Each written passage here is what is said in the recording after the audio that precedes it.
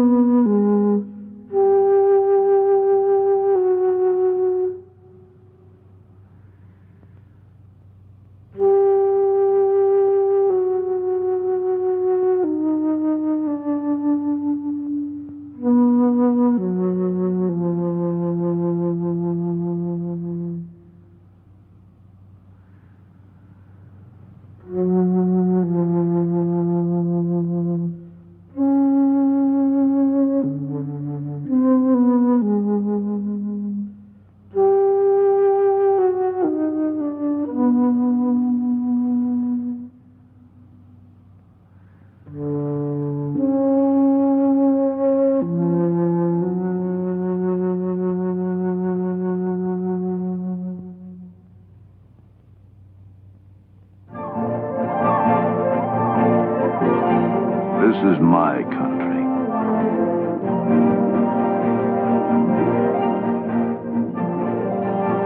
I've spent all my life in areas like this. As close to the animals as a man can get.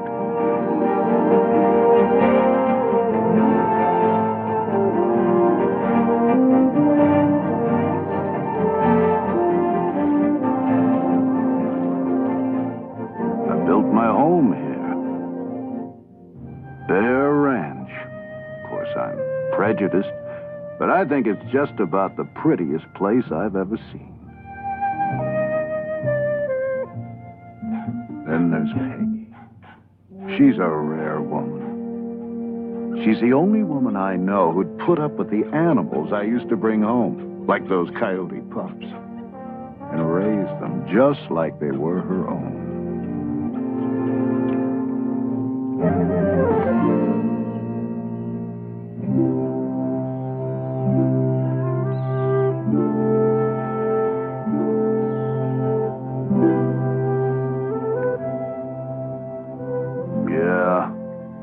We've shared more ups and downs than there are in the high Sierras.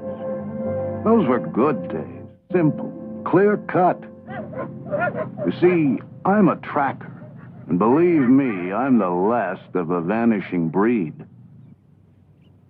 I know tracks, like the FBI knows fingerprints. I specialized in renegades, killers of livestock, and sometimes people.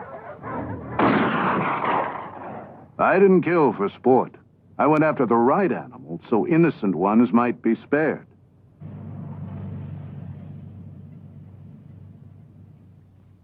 I learned trapping from my dad's shoulders back in Illinois.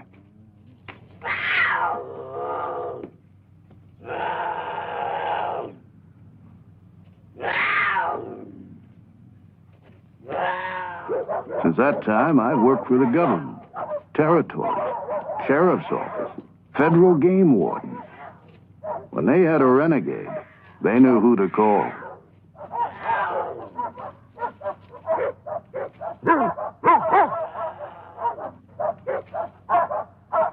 There There was a time me and the dogs got called up all the way to Kodiak, Alaska. There'd been reports that Bear had been killing the cattle. Now, I know Bear, and the Kodiak happens to be one of the most beautiful on God's earth. Takes a lot of grub to feed him. 9 feet tall, up to a ton in weight. No need for him to be killing cattle, though. He's as fine a fisherman as you'll ever see.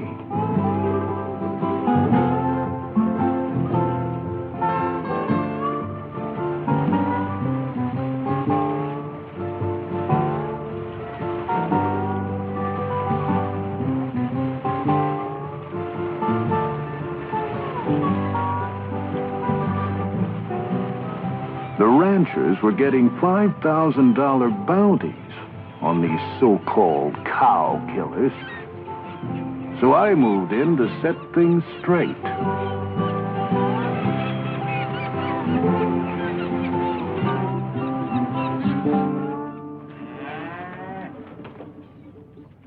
I met a rancher who said it ain't Kodiak killing my cattle. I'd finally found someone I could talk to. He said, Bigfoot. Straight-faced as could be. He said Bigfoot's been killing my cattle. Bigfoot? I checked the carcass and saw the cow had died naturally. The bears just fed on its remains. Found out after the grass was waterlogged.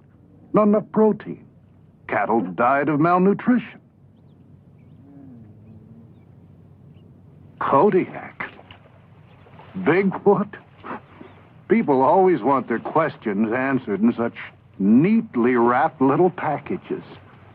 Oh, I'd heard about Bigfoot. Some abominable snowman who'd wandered across the Bering Strait before the Ice Age. I couldn't believe a grown man would tell me a Bigfoot was killing him. What a bunch of hogwash.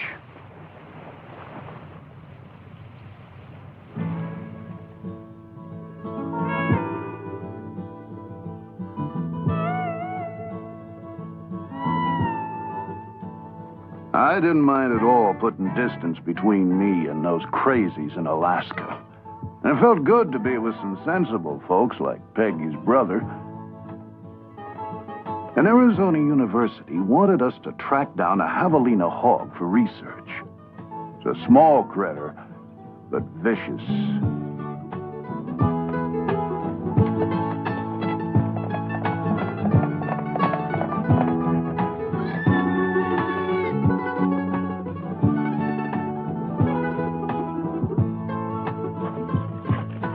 Well, I told my brother-in-law about the wild Bigfoot story at Kodiak, but he didn't respond as I'd expected.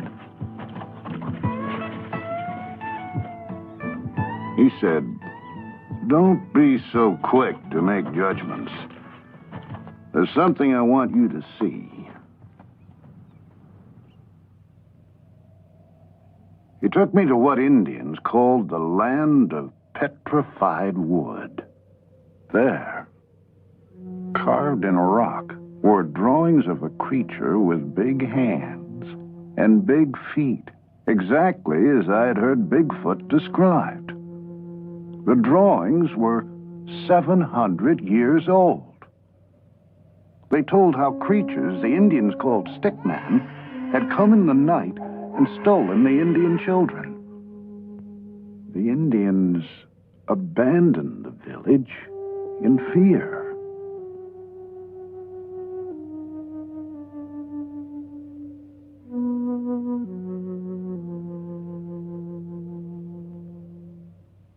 First the ranchers, now my brother-in-law. My head was reeling with Bigfoot.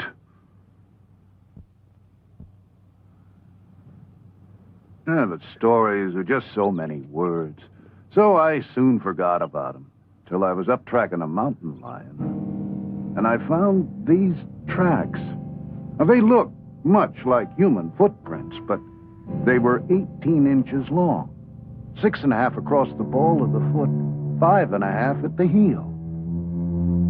They were the hugest I'd ever seen. The tracks were so deep, they had to have been made by at least a 500-pound animal. And the hair, I couldn't identify it. The toe prints were spread around small rocks and dug into the earth, showing whatever made them could cover pretty rugged country. And the stride was enormous, 52 inches in length. Man's only 30. They were fakes. Somebody would have had to drag a pretty big machine over pretty rough country to make them, and they would have left their own tracks. I saw where a creature had stumbled. There was a handprint, but no sign of claws. It was so manlike. I was mystified, so I made plaster casts and sent them with the hair to a lab for analysis. Well, I tell you, I was glad to get home. Our pups were growing, and they didn't give us much time to think about everything that had happened.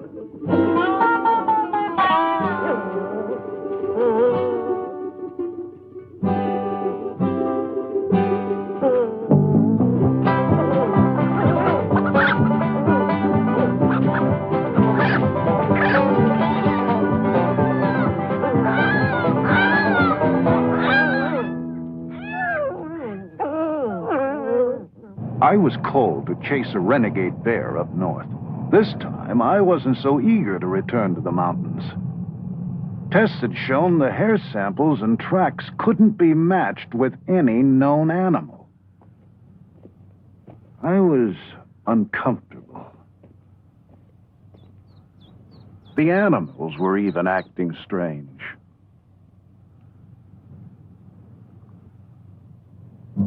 I soon found out why. I found the bear I was looking for, but not in the condition I expected. Another track, just as I'd seen on the mountain.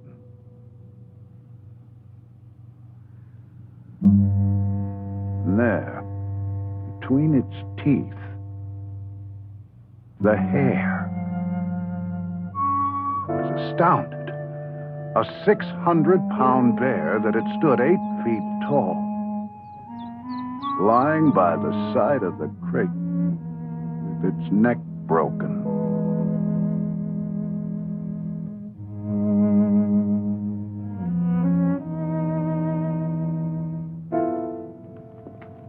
Now, I wanted to find out everything I could about Bigfoot. I advertised for any information or leads. You can't believe the number of stories people had to tell. My friends laughed at them all. Okay, I'd laugh too. But things were different now. I had to figure out what was fact and what was fiction.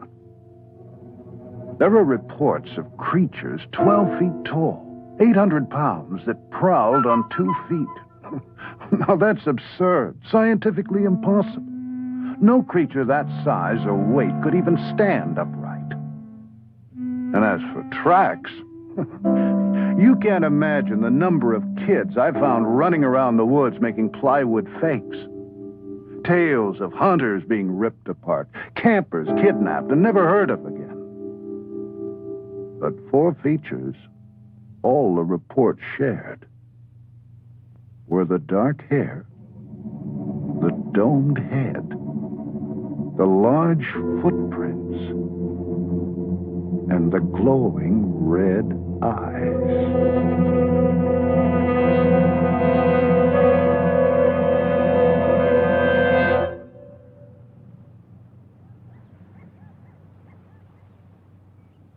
Nature's my home. How could some missing link be wandering around up here without me knowing it? It was good to get back in the mountains and visit a couple of my pets. I tried not to think about Bigfoot, but it was tough to shake.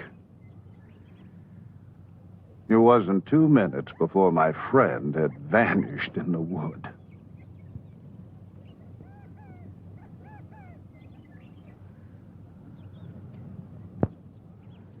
Well, I set out after him, but I couldn't find him anyplace.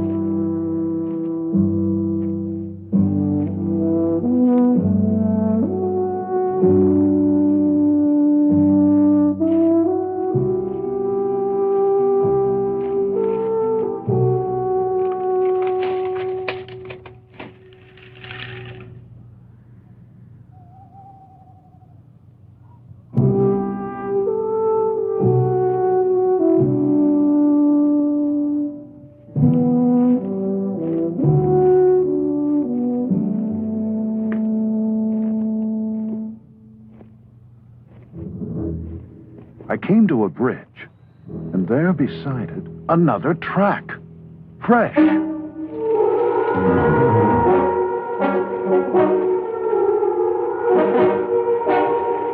legs were moving before I realized what I was doing. I couldn't believe what I'd seen.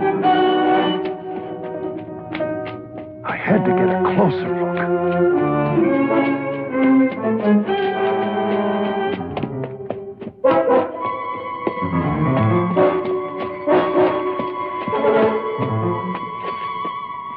Nauseating, musky odor made it difficult to breathe.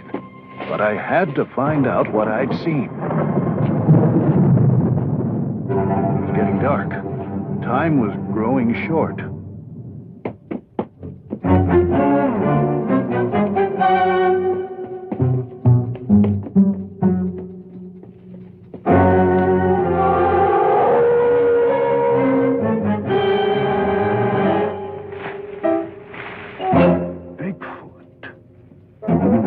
I'd seen Bigfoot.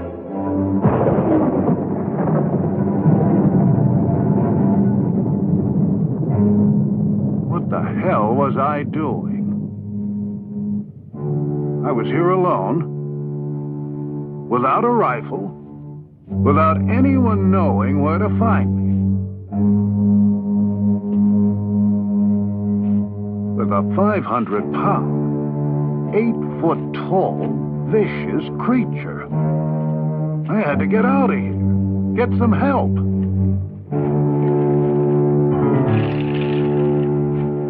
I had to show people what I'd seen. The footprints.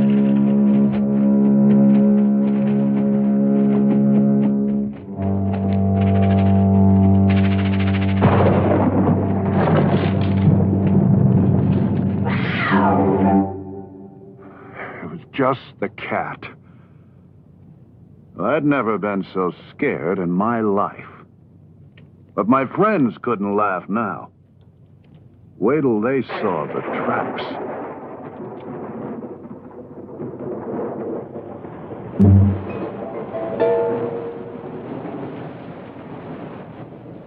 But the rains came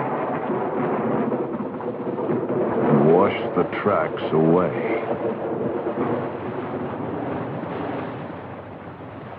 Hurry, hurry, get your Bigfoot burger, 2 burgers. Now, people's attitudes towards Bigfoot made me mad.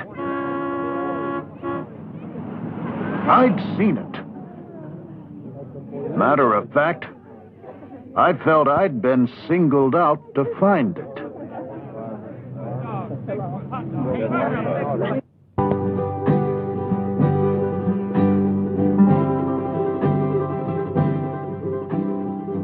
Where do you begin? Jackson Hole, Wyoming. A suspicious set of tracks. I really thought I was on to something. Over 500 on the side of a mountain. The tracks are funny things. The smallest print can melt, freeze, get snowed over. And before you know it, it's gigantic. Here, the supposed Bigfoot was a little old coyote.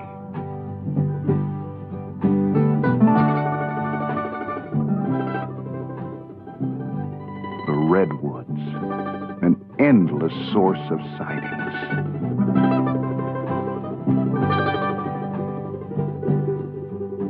If this creature were here, where did it hide?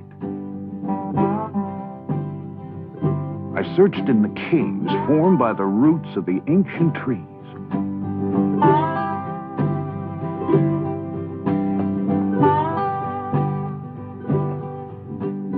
Here were perfect shelters, large, dark, secluded, hideaways to recover from injuries. Refuge for many forest animals from the elements. Protected privacy when giving birth. Hundreds of tree caves, but no tracks, bones, or unusual droppings. No clues at all. I had to be wasting my time. But there was a statue carved in redwood. Its image was based on hundreds of sightings collected over the years. And it was exactly like the creature I had seen myself.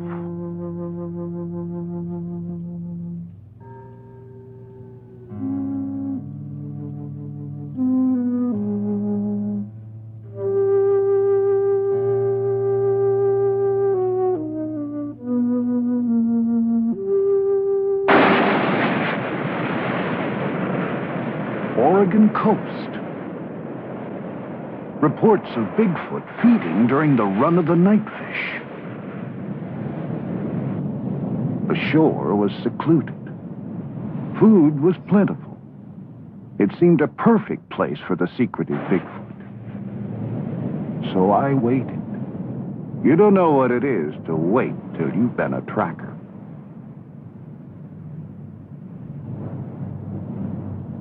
Finally, a gull came with the first sign of the run. And right behind it, you've never seen so many fishermen.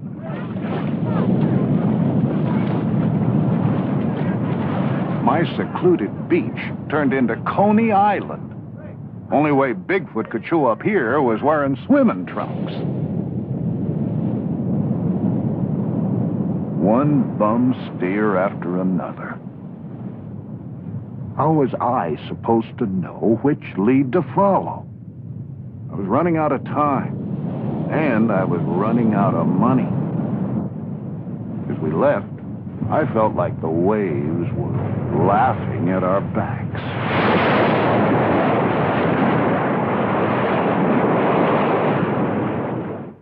Then came our hottest tip yet. We couldn't turn it down. Snowbird warned us of an upcoming storm, but I was too excited and ignored it. The area was rich with wildlife. And why not Bigfoot? Plenty of food, plenty of cover. This time, remote from man. There it was. My efforts had paid off. And this time, I was ready for it.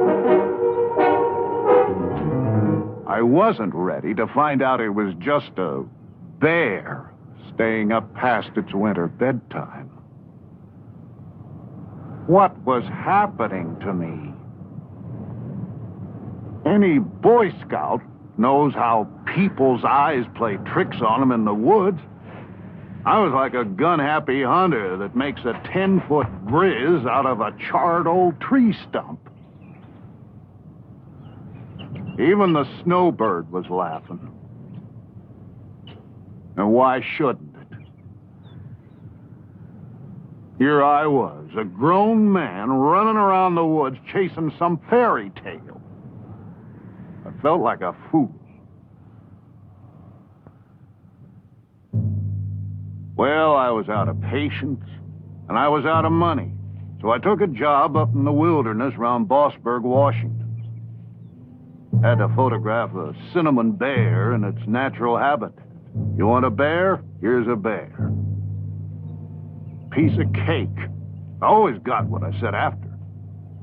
Except Bigfoot. Then I saw it. A deformed version of the track I'd seen so often.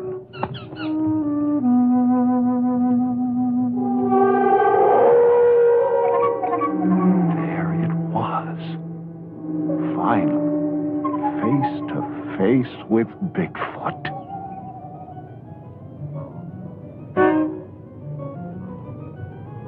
Here was the domed head, just as others had described it. The thick, dark fur to protect it from extremes of weather and allow it to pass unnoticed in the night. I saw it, photographed it. But scientists challenged my film. Yet it stood up under every conceivable test. Some revealed rugged terrain as the cause of the skinned heels, polio as the cause of the limp. But my documented evidence wasn't good enough for the experts. Experts who still asked, how could such a creature survive? Where does it live? Show us its remains. What does it eat? Experts who challenged my word but claimed credit for my film and profited by it on lecture circuits. Well, I didn't care for these people. But I was haunted by their questions. What an experience. Now I had to start finding some answers. The creature's tracks disappeared at the edge of a beaver swamp. Only sign of animal life was the geese migrating north for the summer. I wanted the satisfaction of bringing back unchallengeable proof. Still, where to begin? I found several other creatures had passed through the area, all heading north. Could Bigfoot be a migratory animal? I plotted all the reliable reports.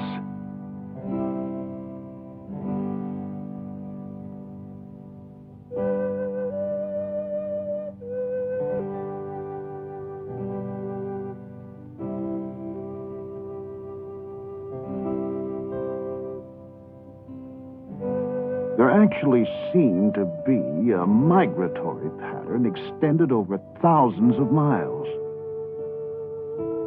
If this were true, I'd have some means of predicting the creature's movements and a good chance to find some answers to my questions. Bigfoot always stayed in very rocky mountains and isolated terrain. The greatest number of sightings, and the only ones of the Bigfoot young, were in summer, above the Arctic Circle. Could that be where Bigfoot migrated to breed? If I move rapidly, I might find a clue before season's end.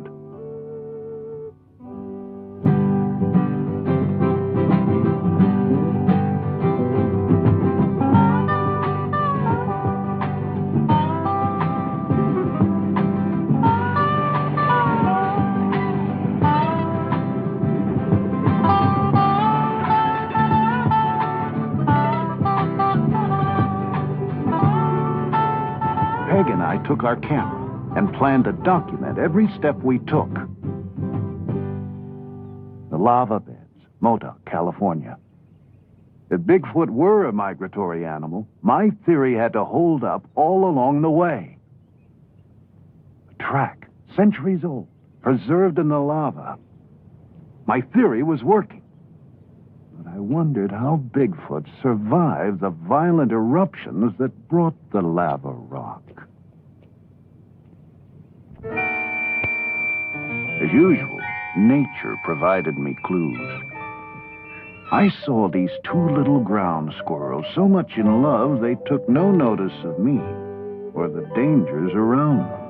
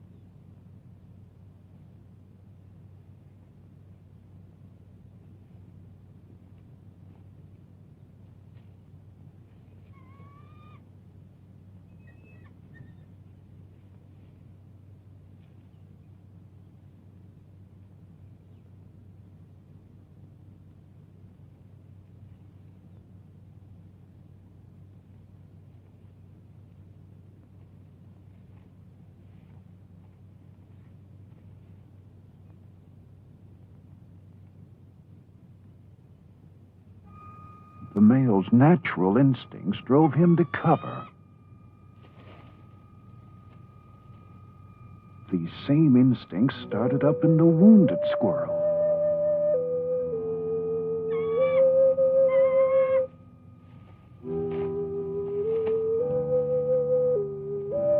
Nature was reminding me of her basic law: survival.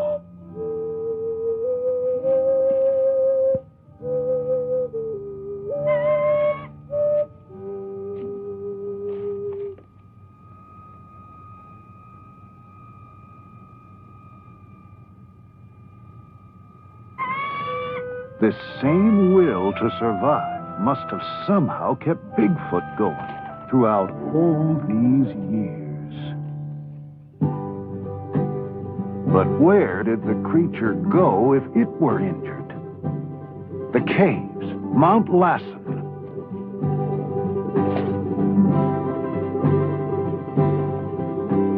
The Hat Creek Indians believed they were inhabited by an evil ape man. Now I was hot. Every step along the way brought me new clues. It was too late in the season to find the creature here now. But I'd soon catch up with him above the Arctic Circle.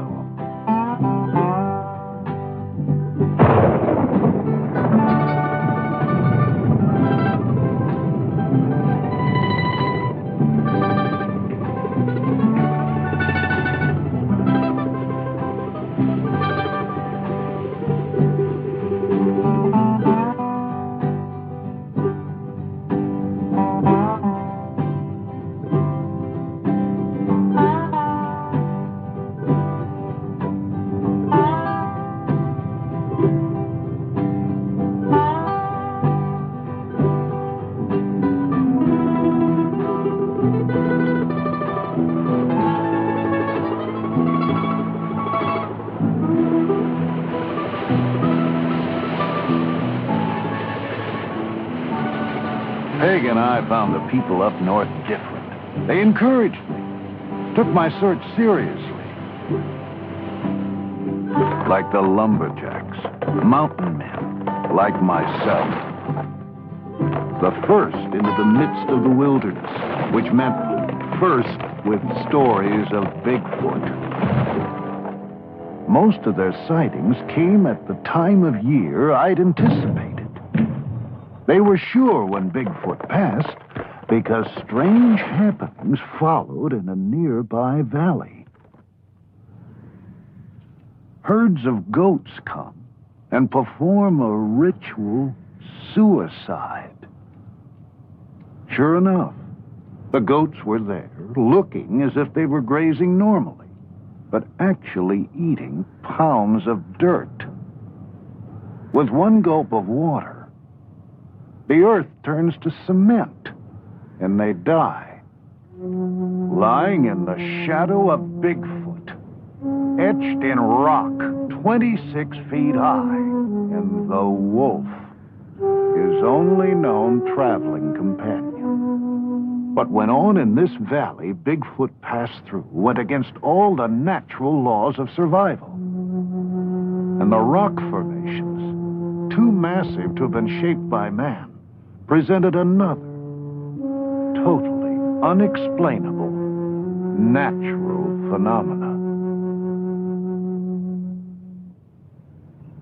To those who cried, for Bigfoot to exist goes against every bit of scientific data known to man, I could now say how much more there is to know.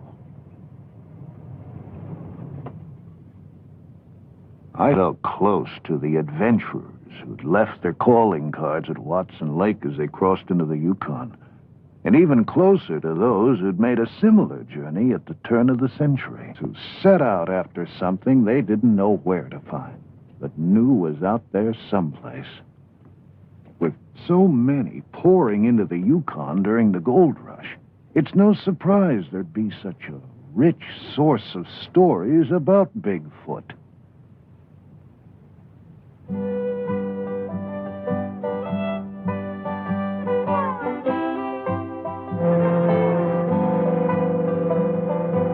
first time in my life, I understood what made people like that tick. It's more than gold. I guess we all need a frontier to explore. Don't necessarily have to go off into it. Just makes you feel kinda good knowing it's there. Thousands of these people came from everywhere.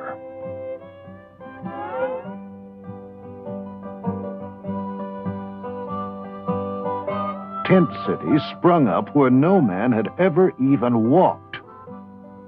If Bigfoot came here to keep clear of man, its seclusion didn't last for long.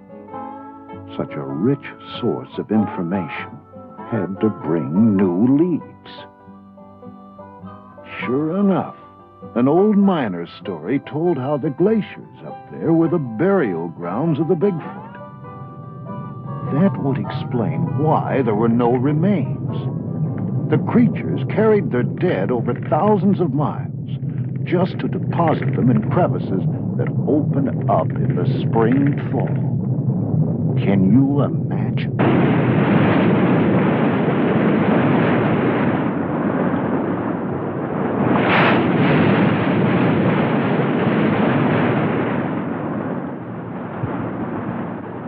I went there searching for some remains. I did find tracks, so I had to be close. I found bones that told many different stories, but none of Bigfoot. The constant movement of the glaciers could either crush the remains or wash them to the sea.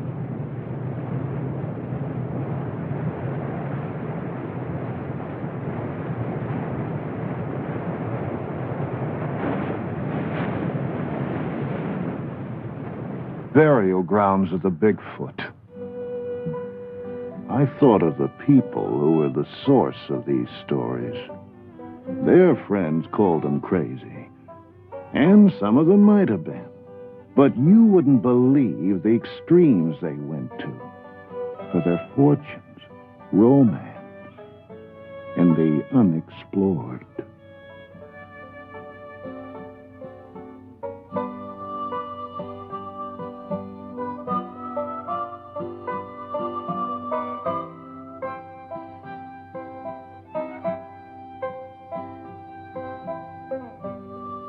I guess it wasn't so tough to believe Bigfoot could have gone to similar extremes for a far more instinctive, basic drive, as burying his dead.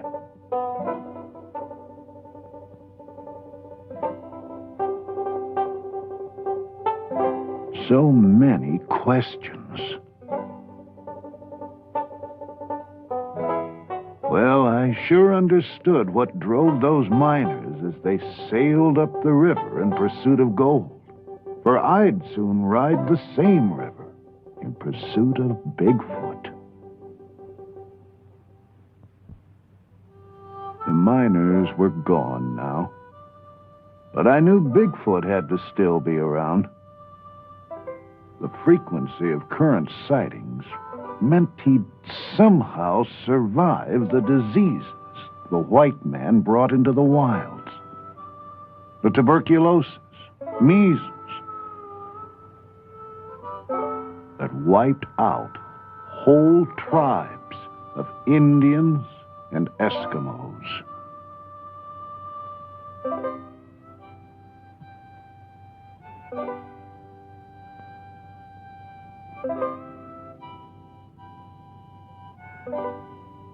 He'd even survived the violence reaching out from the boomtowns.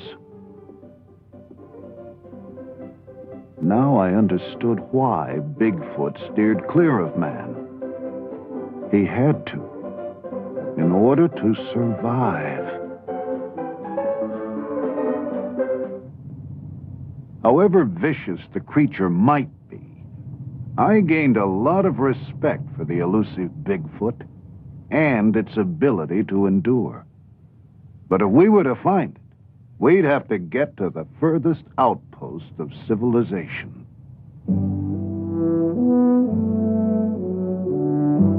When we ran out of road, we saw the remnants of the old pioneers giving way to the machinery of the new. Thousands were now pouring back up to the new gold rush for the black gold, oil.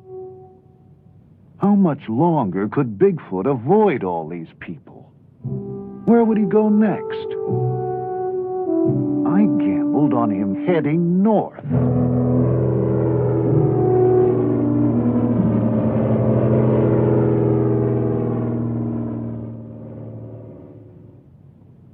Well, traveling had been tough, so we treated ourselves to the fanciest hotel in town. There, Yukon Frida. Her sketches were based on recent sightings and descriptions of Bigfoot from that very area.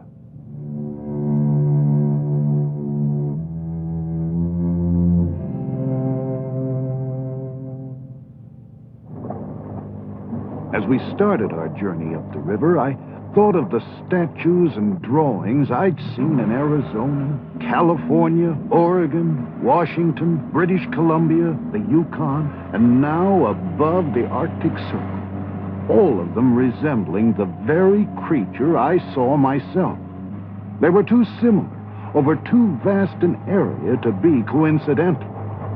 But these images weren't good enough for the experts below. I still had a lot of questions to answer. There were no grocery stores up here, so we ate off the land or purchased fish from the Eskimos. I knew I could get my answers from these people, because stories of Bigfoot were as plentiful as the food. One man told of the strange day his mother died. In a cabin like this, family and friends gathered to await the passing of her spirit. That night, they heard a soft scratch at the door. There was Bigfoot, chanting in a strange tongue. Everyone was terrified. The spirit of his mother was speaking through the voice of Bigfoot.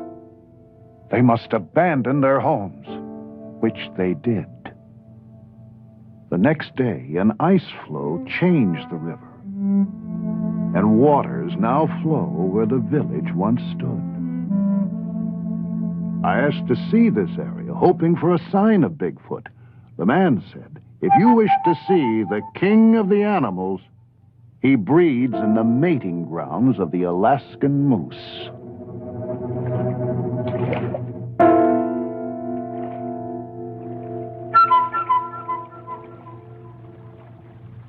The moose came, as if a sign, reaffirming the man's words.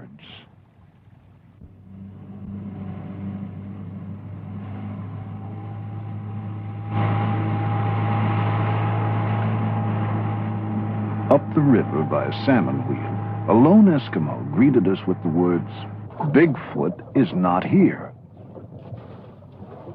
How did he know what we were after?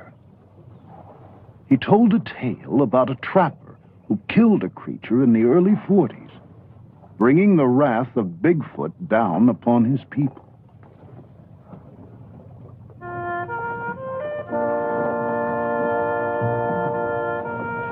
He said, one night I was caught out on the trail with only a few minutes of twilight left. The lights began to shine in the sky. They were bright. Traveling was good. Then the snow turned red. To the north, south, east, and west, rivers of blood flowed across the sky and down into the snows. It seemed to be the last day of the world. Bigfoot was punishing us for bringing it sorrow. But then, the good white light rose from the north. What followed was a battle of 1,000 warriors. The white light was the spirit of Bigfoot, left to die by the trapper. It returned in the form of a white raven, to protect us from the red wrath of its grieving brothers. If you travel the river, you may see him. And if you do, he will bring you luck.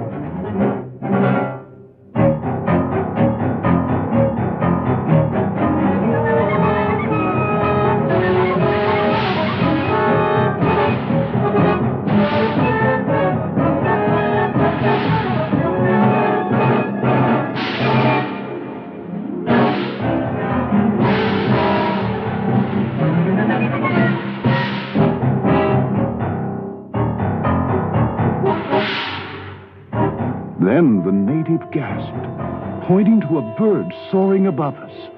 The legendary white raven. The fisherman said, "Bigfoot smiles upon you. You will bring word of him to the people below."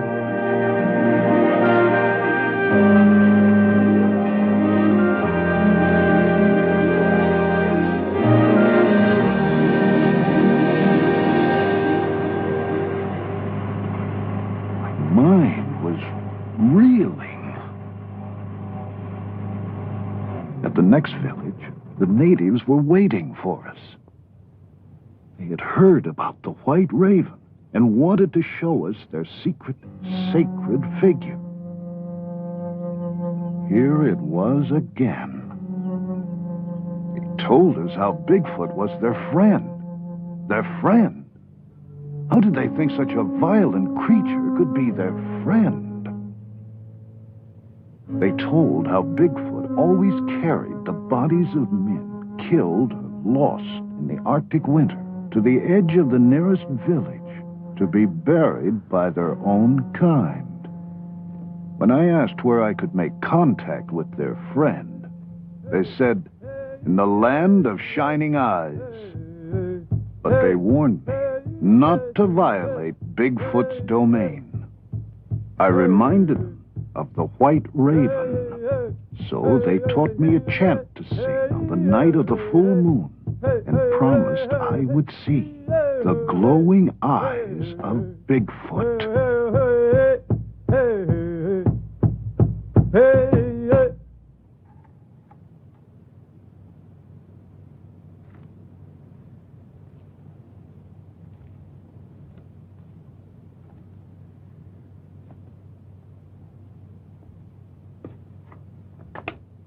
Well, I wasn't going to have a thing to do with any chanting.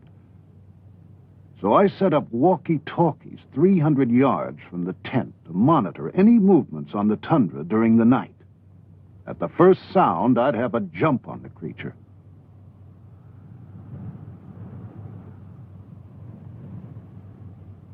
Then the wait. The land was lush with vegetation. Perfect feeding ground. Berries, lichen, gnats, bugs, millions of fish. Not just a land of ice and snow. I understood why Bigfoot and so many animals flocked to the Arctic to breed and raise their young.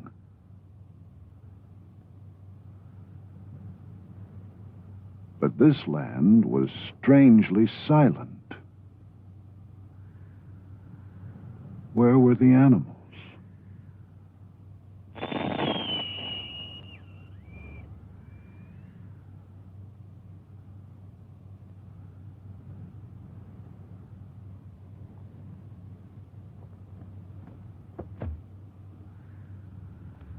My transmitter had been thrown 15 feet.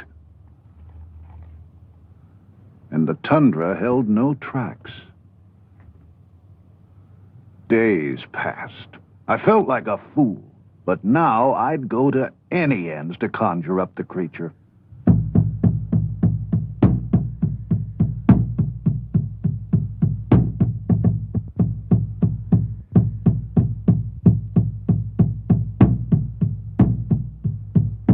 Soon Peg saw what she thought were two car lights approaching.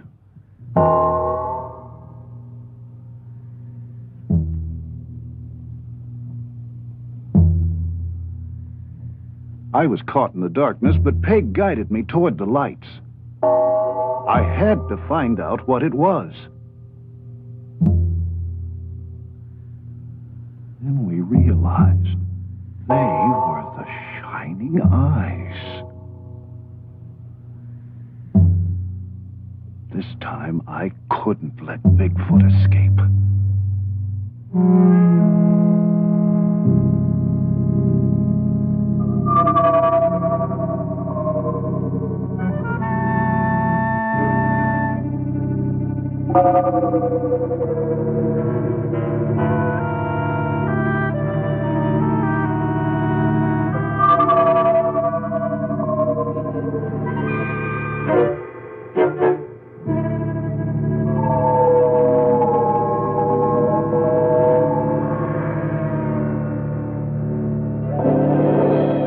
But dawn broke, and it disappeared behind a rainbow.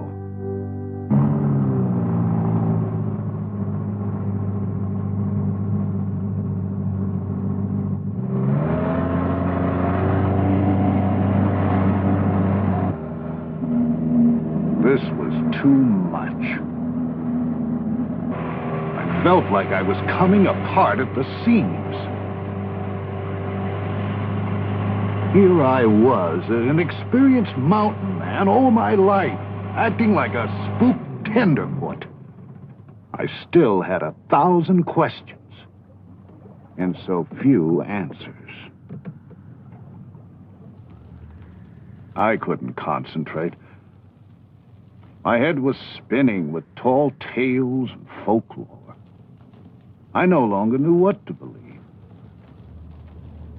I had to get away from the others and be by myself.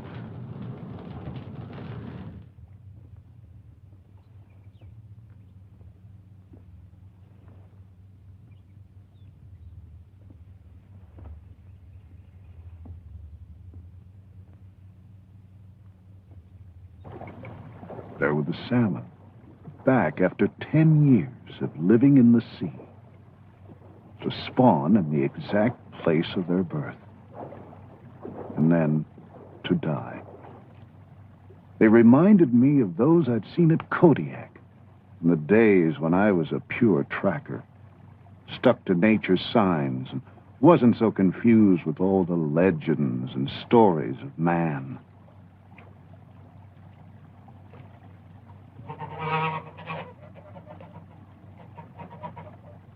And there were geese. My first clue to Bigfoot's migratory pattern.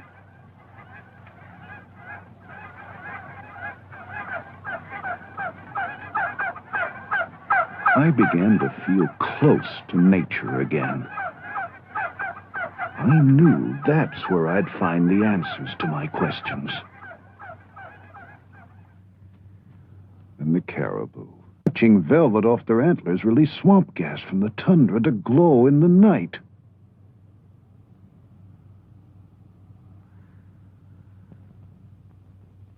Then I saw what must have been the monarch of the North. I was terrified. It could crush the likes of me with one swoop. But it was the most magnificent animal I think I've ever seen.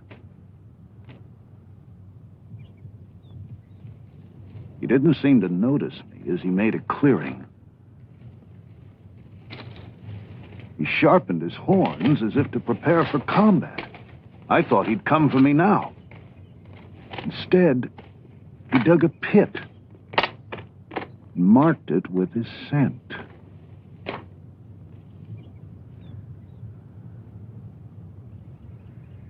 This attracted cows from all over the area and seemed to warn other bulls to keep away.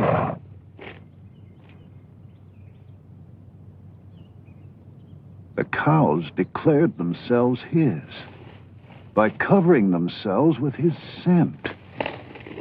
I'd made it.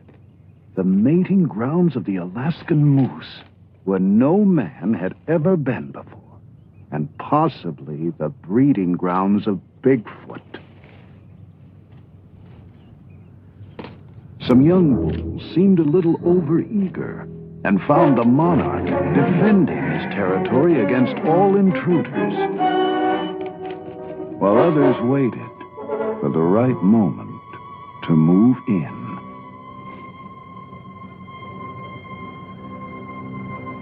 Then he saw me. But luckily, a match for the monarch challenged him for his cows and territory.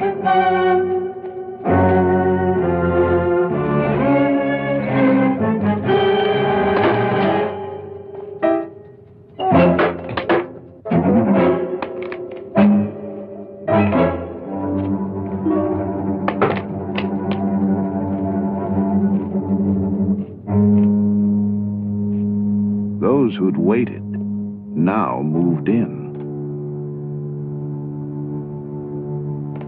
While the bulls were fighting, nature made sure there'd be a good crop of calves come spring.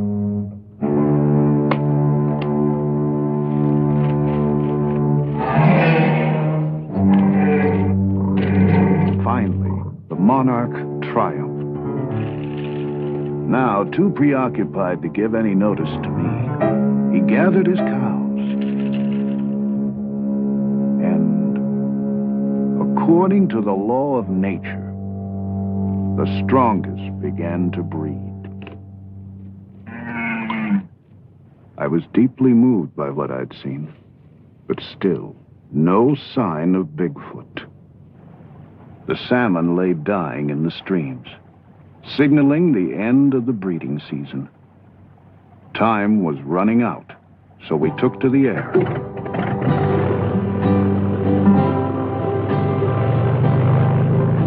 The Arctic winter could close us in at any moment, so we had to move fast. Why couldn't I find this creature? Was my theory wrong? When I saw the expanse of space below, I laughed. Anything could be out there. They'd found Stone Age men in New Zealand. There were prehistoric fish being pulled out of the Persian Sea. My God, a primitive man walked out of the mountains 70 miles from the capital of California. There's so much territory yet to be explored. We found undiscovered wrecks of men who tried to break into this wilderness and were never heard of again. I couldn't think of the risks. Everything I believed in was on the line.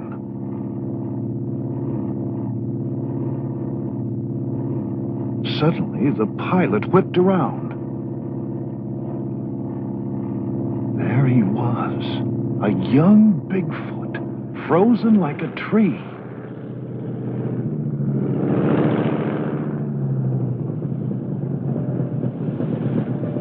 We raced back to the river, but he slipped away. Seeing the young Bigfoot confirmed my theory. I could now roughly predict the creature's movements. The crew celebrated the sighting, but it wasn't enough for me. I knew I needed to document Bigfoot's habits. The young Bigfoot's tracks led me from the river to a lush meadow. He'd passed through a herd of grazing muskox. I wondered what Bigfoot fed on. Maybe he ate vegetation too. Or fish. I'd seen him by a river. Of course, he could have been cleaning himself. Or drinking. Of course, he could be a predator. One of these oxen had lasted him half the winter. Bigfoot's behavior still held many mysteries. But now it was just a matter of time before I solved them. Sun up. Yeah, that's where we start. Let's see if we can get the door. Winter now closed down on us in earnest. We were forced to move south, just like the animals.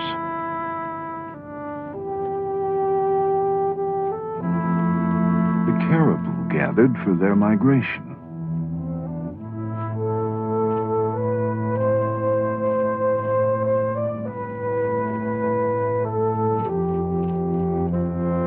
a source of food for all the meat-eating animals that followed.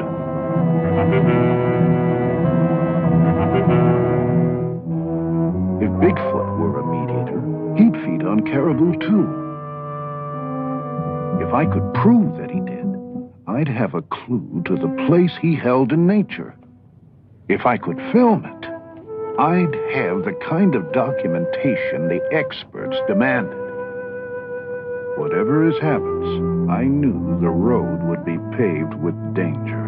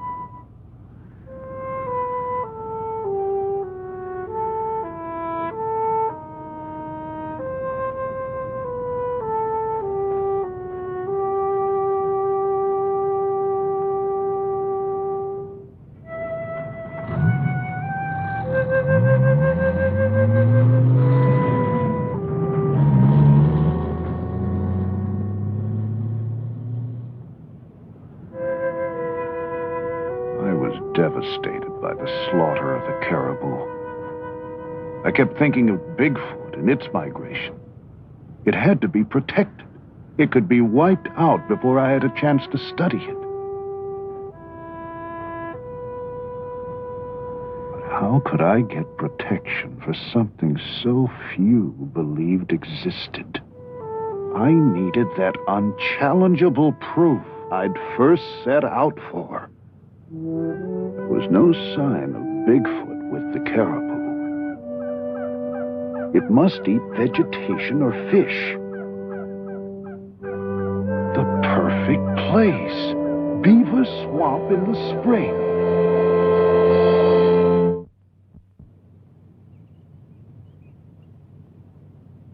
I got there early and planned to stay as long as I could. I used every trick I learned over my years as a trapper and carefully covered my scent with ammonia. Beaver Swamp. The geese. If my theory was right, Bigfoot would follow shortly. I searched for the perfect place to set up a blind. When I found it, I moved in and set up my cameras. Day after day, I waited and soon grew jealous of the other animals' freedom. I was stiff, chilled to the bone, but I was determined not to make a move that might warn Bigfoot of my presence.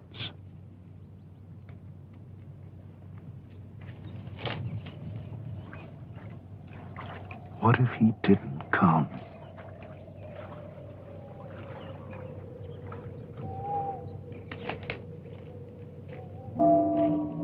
Then a movement in the woods. The sun hadn't come up yet. It was hard to make out what I'd seen at first.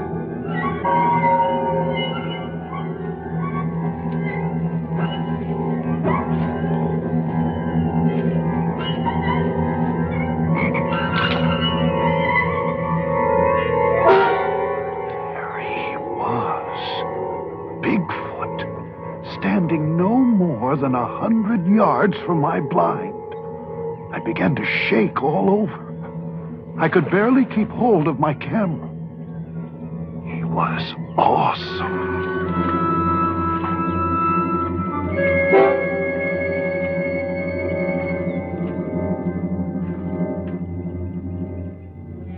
Then, behind me, another one. Smaller, possibly younger. How many of them were there? Was I surrounded? They were the most extraordinary creatures I'd ever seen. I now knew why the Eskimos called Bigfoot the king of the animals. The older, larger one was 7 feet tall, 450 to 500 pounds. His domed head and long dark hair, just like the other creatures I'd seen. His odor was overwhelming. The same thick, musky scent that first led me to Bigfoot so long ago. The young one was no more than 5.5 feet tall, 250 pounds. If my guess was right, probably on its first trip away from its northern breeding grounds. He'd probably never seen a man before. If he saw me, he could panic and attack. Then I looked around and realized the other animals were carrying on normally. If danger was around, they would have fled.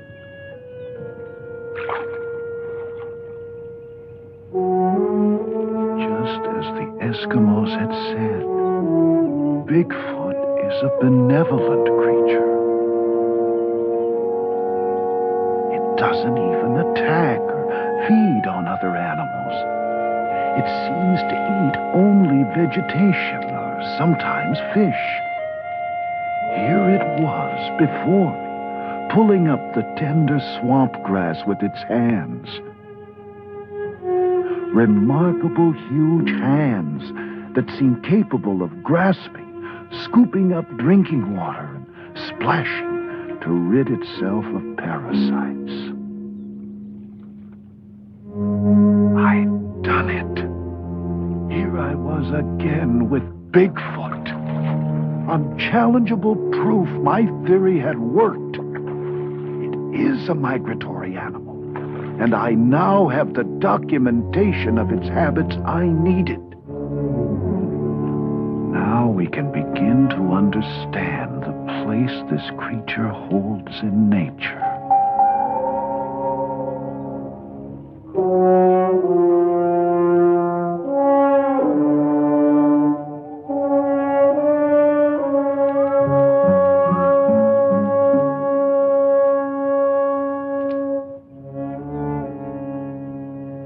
A raccoon came out to start his day's hunting. I knew the nocturnal Bigfoot would soon return to the cover of the forest.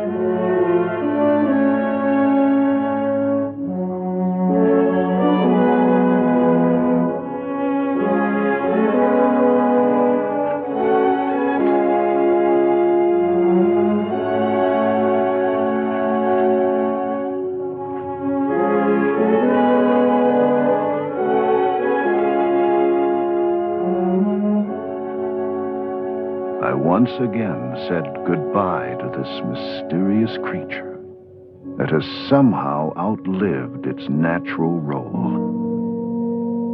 endured the tests of time, now left to wander the land elusively, with a strange will to survive.